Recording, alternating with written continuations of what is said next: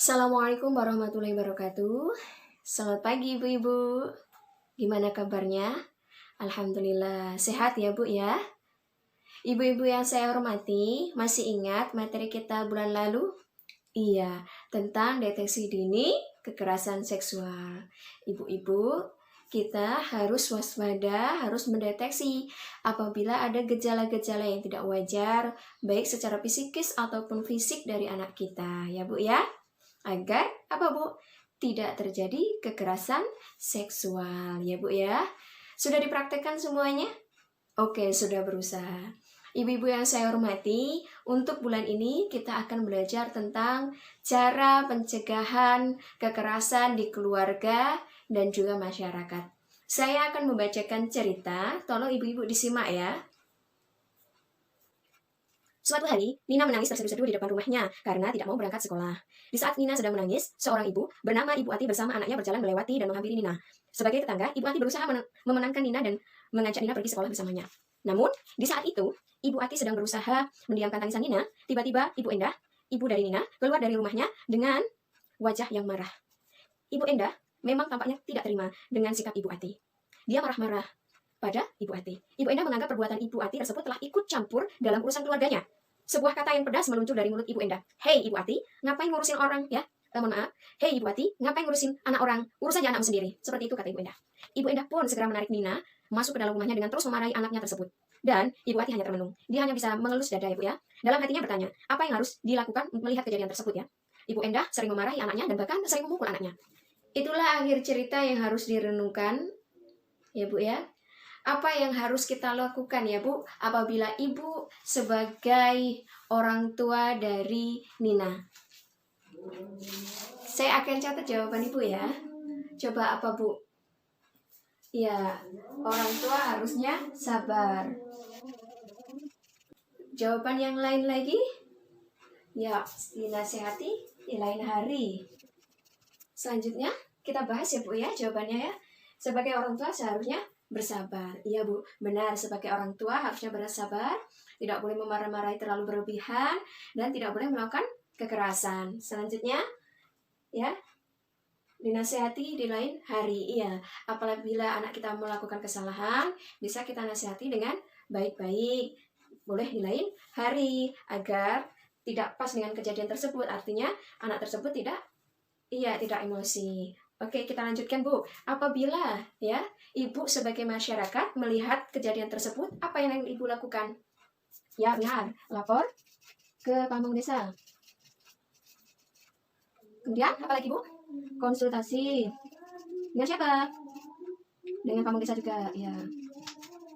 Baik, jika Ibu melihat hal tersebut ya, boleh langsung dilaporkan dengan pamong desa agar mereka yang berwenang yang menindaklanjuti tersebut ya Bu. Boleh juga jika kekerasannya memang sungguh terlalu bisa dilaporkan ke pihak kepolisian. Ibu-ibu yang saya hormati ya, kita tonton film tentang si Aska dan si Geni ya Bu ya. Cium-cium kamu di tempat sepi tidak boleh ya. Juga kalau ada orang mau pegang badan, dada, perut, dan sekitar celana, itu tidak boleh. Kalau ada yang memaksa, harus teriak yang keras dan langsung lari ke tempat yang ramai. Jangan takut atau malu ya. Cepat kasih tahu orang tua atau guru yang kita sayangi. Tidak boleh ada yang memaksa kita untuk melakukan hal yang tidak kita sukai. Bahkan orang yang paling dekat sekalipun, seperti orang tua, kakak, paman, kakek, guru, teman, atau orang yang tidak kita kenal. Jika anak-anak mendapatkan perlakuan tidak menyenangkan dari siapapun, orang tua harus membawa mereka berkonsultasi dengan para ahli agar anak bisa ceria kembali. Ingat, hubungi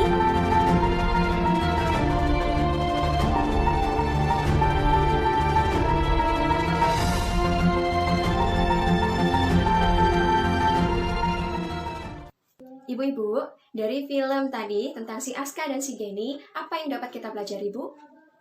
Iya, bahwa film tersebut tentang ya sentuhan mana yang boleh dan tidak boleh, apalagi ya tidak boleh menerima sesuatu dari orang lain yang tidak dikenal, apalagi jangan mau dibawa ke tempat yang sepi. Terima kasih, tepuk tangan untuk ibu-ibu semuanya ya.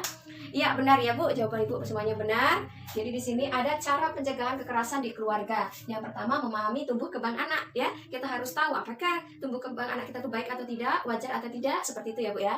Kemudian ibu-ibu harus menjadi pendengar yang baik sebagai teman ya, untuk berdiskusi dengan siapa? Anak kita, benar. Kemudian membantu kesulitan anak terlibat dalam kegiatan sekolah. Kemudian menyediakan waktu yang berkualitas untuk anak, artinya ibu punya waktu untuk mereka, menemani mereka belajar, menemani mereka bermain, seperti itu Bu ya.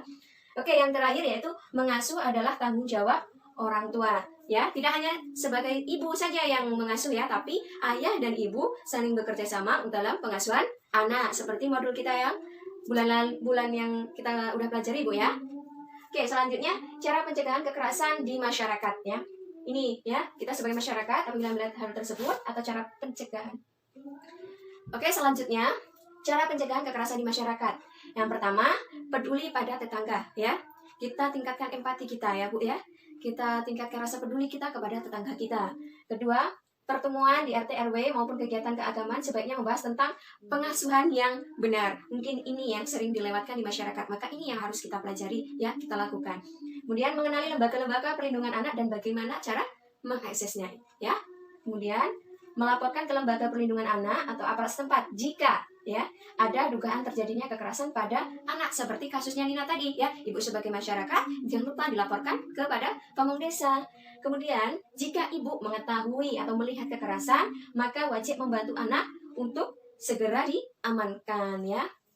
Oke, ada hal-hal praktis ya agar anak terhindar dari kekerasan seksual. Yang pertama, ajarkan anak ya bagian tubuh yang sensitif seperti mulut, leher, daerah selangkangan dan pantat. Jangan boleh ya ciuman ya, dicium-cium orang yang asing ya ataupun keluarganya sendiri ya. Kemudian ciumannya itu sesuatu yang berlebihan atau menyentuh daerah-daerah yang sebenarnya tidak boleh disentuh. Selanjutnya, ajarkan anak untuk berani mengatakan tidak atau jangan. Bahkan lari ya Bu ketika ada orang yang ingin menyentuh bagian yang sensitif.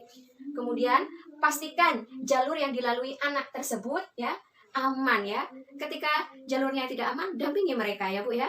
Selanjutnya, pastikan anak selalu dalam pengawasan, termasuk dalam kegiatan online, karena banyak sekali Bu sekarang ya kekerasan seksual melalui online ya, melihatkan bentuk tubuhnya ataupun hal-hal yang sensitif yang tidak boleh terlihat di foto dikirimkan kepada orang lain, akhirnya terjadi kekerasan seksual. Kemudian ajarkan untuk tidak menerima pemberian apapun dari orang yang tidak dikenal ya Bu ya. Pastikan rumah aman dari bahan pornografi. Selanjutnya, berikan kontak yang bisa dihubungi ya, berikan nomor telepon ibu yang bisa dihubungi. Kalau bisa perlu dihafalkan agar ketika situasi darurat anak bisa menghubungi ibu ya. Selanjutnya, dengarkan cerita anak pada kejadian apapun, baik hal yang membahagiakan ataupun hal yang sedih. Ibu harus siap menjadi pendengar. Ya, saya mohon untuk ibu-ibu semuanya berdiri, kita nyanyi bersama ya Bu ya, biar gak ngantuk. Oke, silahkan berdiri. Ikuti saya ya Bu ya, bareng-bareng. 1, 2, 3. Sentuhan boleh, kepala, tangan, kaki. Karena sayang, karena sayang. Sentuhan tidak boleh yang tertutup baju dalam. Hanya diriku yang boleh menyentuh. Oke, terima kasih, silakan duduk Bu. Oke, itu tadi materi kita hari ini tentang cara pencegahan kekerasan di keluarga dan masyarakat. Dari sini ada yang ditanyakan? Oke, terima kasih. Baik, karena tidak ada yang ditanyakan, jangan lupa ya, mari kita cegah kekerasan di keluarga ataupun di masyarakat ya. Peran-peran ibu dan keluarga sangat diperlukan. Sekian dari saya akhiri. Wallahul muwaffiq ila aqwamit thoriq wa afa minkum. Wassalamualaikum warahmatullahi wabarakatuh.